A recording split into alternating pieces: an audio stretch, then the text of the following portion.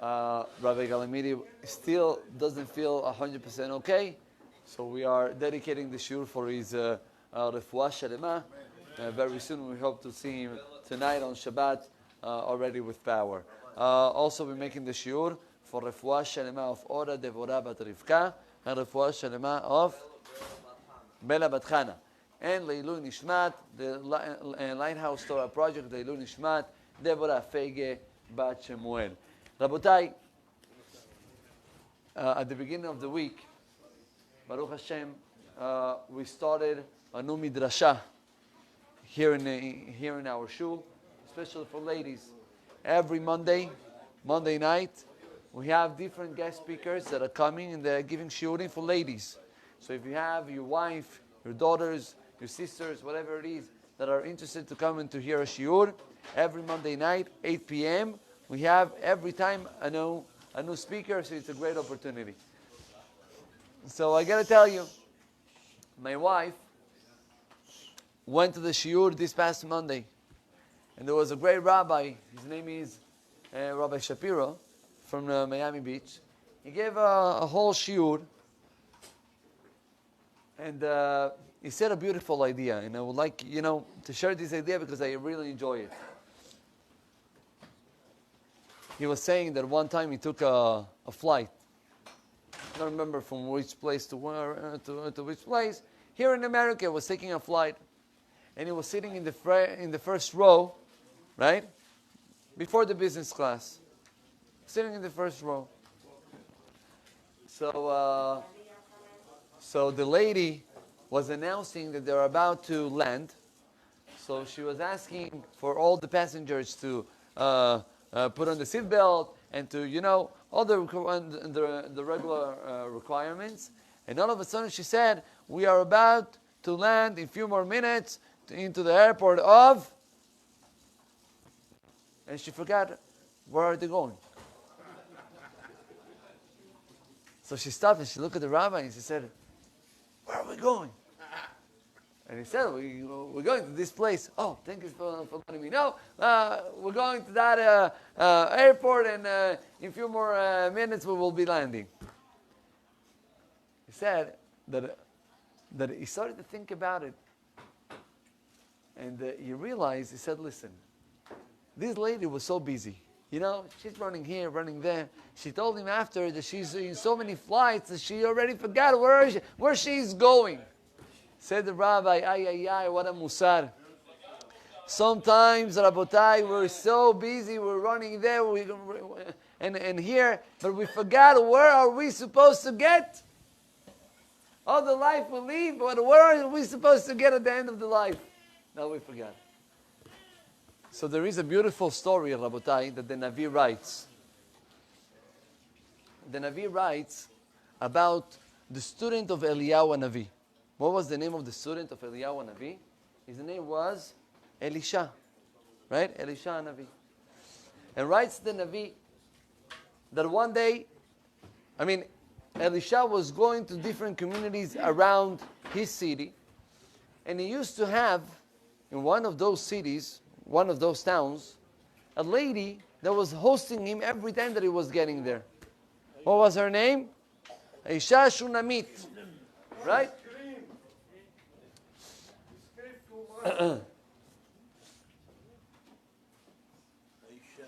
So this Isha Shunamit, Rabotai, was hosting this Navi every single time that was coming, and he decided to build up a second floor, right, and make a special room for the Navi.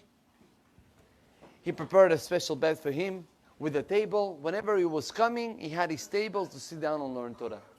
Beautiful. Rabotai, one day, the Navi was so happy about all the hosting that he's getting from this lady, and he said, what can I give you? I want to pay you back. Tell me, what do you need?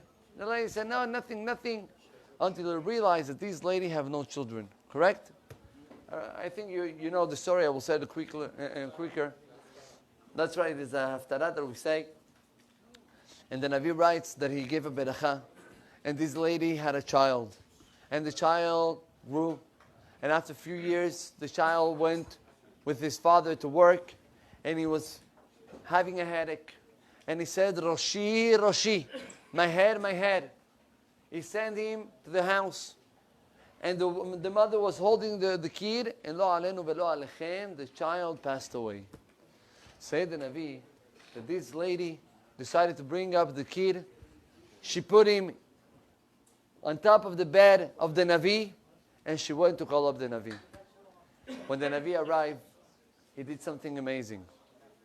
He did 4 things. And I want you to remember these 4 things, because we're going to learn about these 4 things, something very important. Number 1, the Navi entered to the room and he closed up the door behind him. Everybody outside, he closed up the door. Number 2, he went on top of the kid that was lying down dead. He put, say the Navi, his hands to his hands, his eyes to his eyes, his mouth to his mouth. And then, all of a sudden, the kid started to breathe, and he had life again. Rabotai, the Torah is not telling us just stories. But when the Torah is teaching us all those miracles, it's because we have to learn something from it. What are we learning from this amazing miracle that happened with Elisha? So this great rabbi that was on Monday, he said, you know what are we learning? How many times we have issues of shalom in between us. If it is with our spouses, if it is with our kids and children, if it is with our brothers or neighbors. Say the rabbi, if you want to bring back someone to you, you want to make peace, you want to be able to connect in between you and someone else, if it is your spouse or your kids, you must have these 4 steps before you do something. What are they? Number 1, close the door. What that means? How many people, Rabotai, we're coming back home, and finally we sit with our kids or with our wife, and we are every 5 minutes looking at the cell phone. Which chat did I got? What did they posted? Which group I am? And I have to send something, and I'm very busy, and busy. And at the end of the day, Rabotai, there is no connection in between us and our family. Now, how many problems? Today, the kids are totally disconnected from the parents. Why? Imagine a kid is sitting next to you, and you're talking with your son, and all of a sudden, you hear, ping, ping. So what do? Automatically, it's already, like a robot.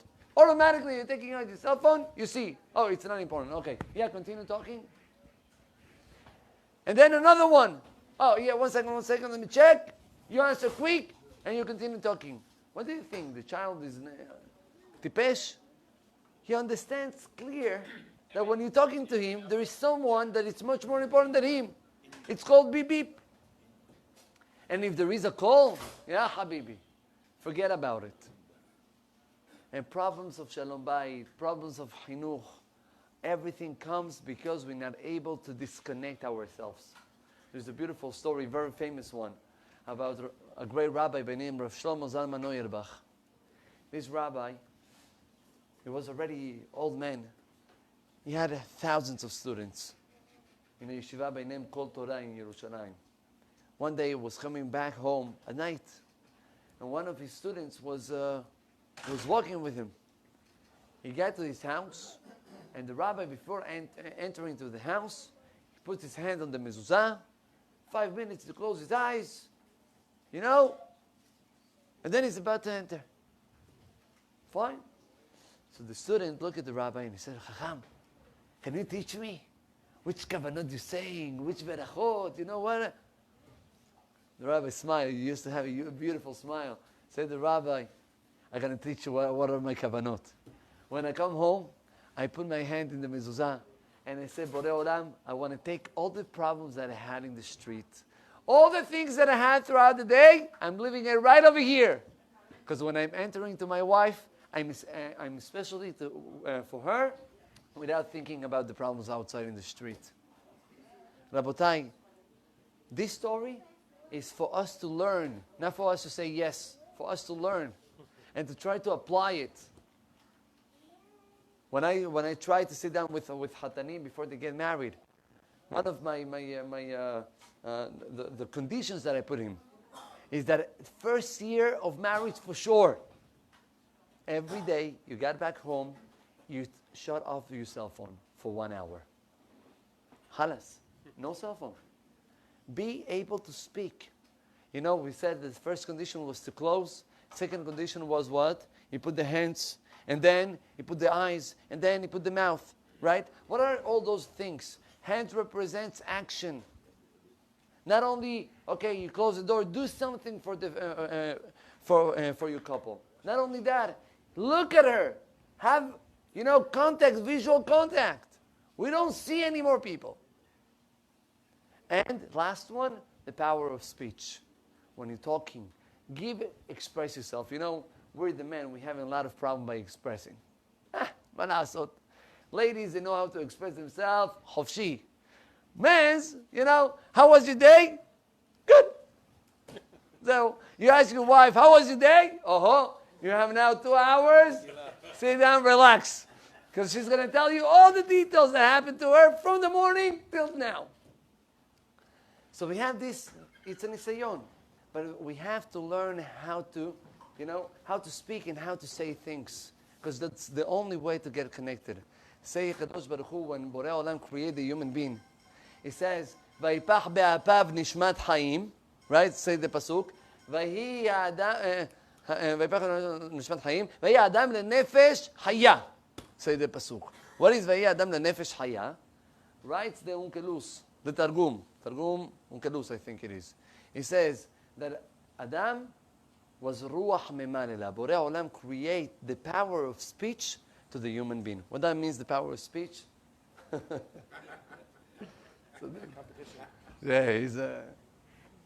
What is the power of speech?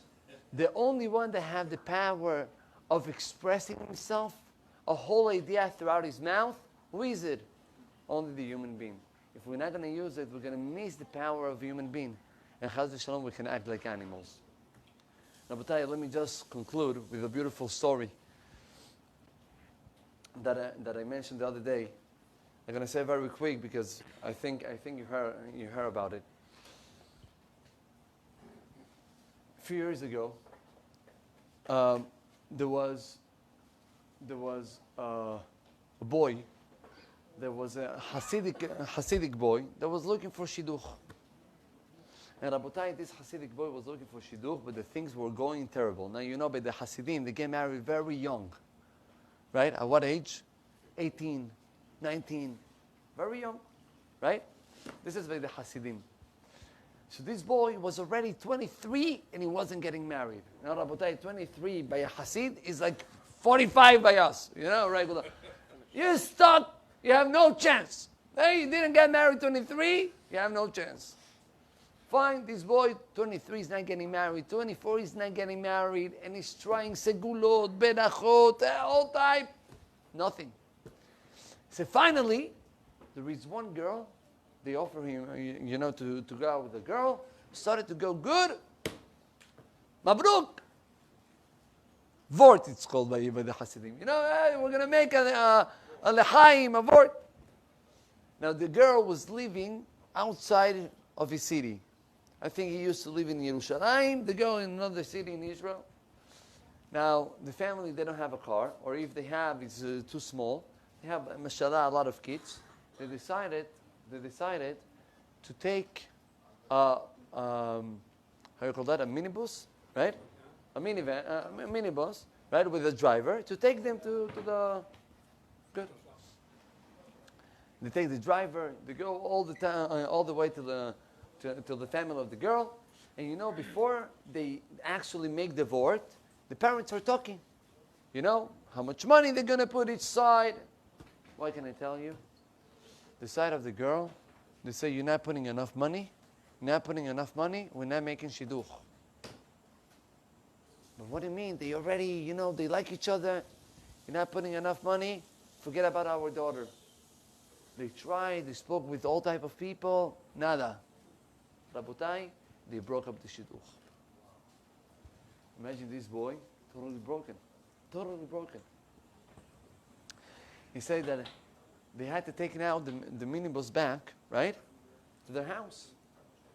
All the family, the parents were so frustrated. They were sitting. Mami está afuera. Mami está afuera. They were so frustrated. They entered to the minibus. And the parents, they started to talk with him how it's possible what they did. And look how terrible and mamash, not nice at the last minute. They have to bring all of us only for this issue of money. And the son, this boy, said to his parents, Abba, Ima, do me a favor. I am the one that is suffering all this. I ask you, don't talk about it. I don't want to speak anymore Lashon Hara. Halas. Whatever happened, happened. Everything is min hashamayim. But Olam knows how to manage the things. Leave it on his hands. What are we going to gain by saying the Lashon Hara? Nothing. Rabotai, it's not easy. It's a nisayon. You know, what do you mean? After all what they did. Next morning, he arrived to his house. Next morning, he gets a call from a shatchanit, from a, matching maker. And the shatchanit says, listen, I heard that it didn't work out. I have a great shidduch, and they want to meet you as soon as possible. Okay, what is it? They started to make some research. Great, Rabotai. They continue going out. They went out. He's making a lot of noise. Okay. They were going out, and was getting great, and they got engaged, and Baruch Hashem, they got married. You know what was this girl? Who was she? She was the daughter of the driver. The driver was a Hasidic guy also. And the driver had his daughter 19 years old or 18 years old. He was sure that it's going to take a regular boy, 19, 18, 20. A boy 24, he's a stuck boy. What's going to take a boy of 24? He said that he was hearing all the conversation. And he knew all the problem that happened. And he said, and I saw the boy. What a power of controlling himself and having emunah in those moments. How it's amazing that in those moments he was able to say, no Lashon Hara. I'm not going to get any frustrated. I'm trusting on Borei Olam. And then he said, that's the type of boy that I wanted for my daughter. What is the power, Rabotai, of making shalom and having emunah? Because one is connected to the other. When you have emunah and Borei Olam, there is no reason why to get angry in your fellow that is making you embarrassment or is being angry with you. So Rabotai, let's try to increase this concept of shalom. And Be'ezat Hashem, throughout Vayakhel, like we started, throughout being a community, then Borei Olam is going to be shoresh chinato aleinu b'mena b'yameinu amen. Rabbi Hanina ben Gasha omer atzah kadosh baruch hu lezachot et Yisrael לפיכך ירבה להם תורה ומצוות שנאמר אדוני חפץ למען צדקו יגדיל תורה וידיר.